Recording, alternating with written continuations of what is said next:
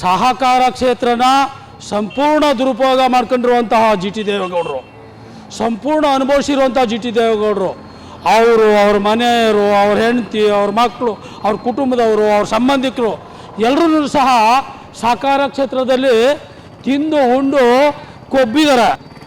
ಈ ತಿಂದು ಉಂಡು ಕೊಬ್ಬಿರೋದ್ರಿಂದ ಸಹಕಾರ ಕ್ಷೇತ್ರ ಅದನ್ನು ವಿಸ್ತಾರ ಮಾಡಿದ್ರೆ ದಲಿತರು ಸಹ ಅದರಲ್ಲಿ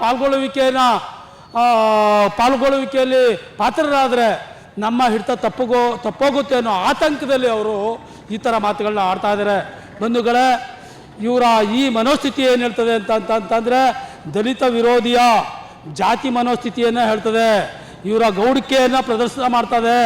ಇವರ ಗೌಡಿಕೆ ತನ ಏನಿದೆಯೋ, ನಾನು ದಲಿತರೆಲ್ಲ ಹೀಗೆ ಇರಬೇಕು, ಅವ್ರು ಕಸ ಗುಡಿಸೋಕೋ ಅಥವಾ ಕೂಲಿ ಮಾಡೋಕ್ಕೋ, ಜಮೀನಲ್ಲಿ ಕೆಲಸ ಮಾಡೋಕ್ಕೋ, ಜೀತ ಮಾಡೋಕ್ಕೋ, ಚರಂಡಿ ಬಳಿಯೋಕ್ಕೋ ಸೀಮಿತವಾದವರು, ಇವರು ಅಧಿಕಾರ ಮಾಡೋಕ್ಕೆ ಅನಾಲಯಕ್ಕೋ. ನಾನು 4ನೇ ಕ್ಲಾಸ್ ಓದಿದ್ರು ನಾನು ಉನ್ನತ ಶಿಕ್ಷಣ ಸಚಿವನಾಗೋಕ್ಕೆ ಲಾಯಕ್ಕು.